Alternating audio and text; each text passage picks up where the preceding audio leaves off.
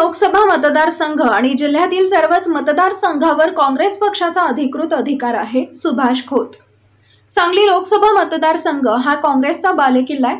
हे गेल्या लोकसभा निवडणुकीमध्ये मतदारांना सिद्ध करून दाखवलंय. त्यामुळे कुणीही उठावं आणि सांगली विधानसभा मतदारसंघावर हक्क सांगावे व भारतीय जनता पार्टीचा उमेदवार कसा विजय होईल यासाठी खत पाणी घालण्याचा प्रयत्न कुणी करू नये.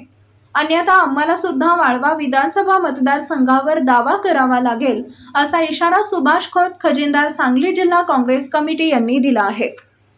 गेल्या 70 वर्षांमध्ये सांगली लोकसभासह सर्वच विधानसभा मतदारसंघावर काँग्रेसचे उमेदवार विजयी झाले आणि विजयी झालेले उमेदवार काँग्रेसच्या माध्यमातून कॅबिनेट मंत्री पदावर काम केले.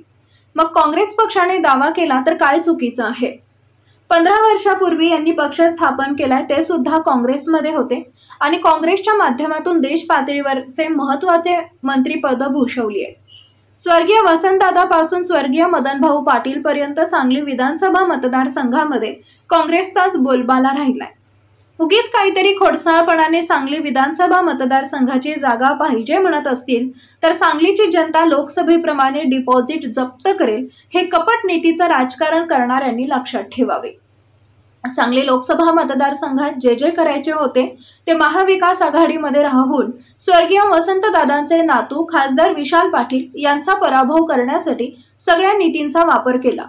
पण सांगली लोकसभा मतदारसंघातील स्वाभिमानी जनता ही काँग्रेसच्या पाठीमागे ठाम उभी राहिली, हे सांगली विधानसभा मतदारसंघावर दावा करणाऱ्यांनी लक्षात ठेवावे.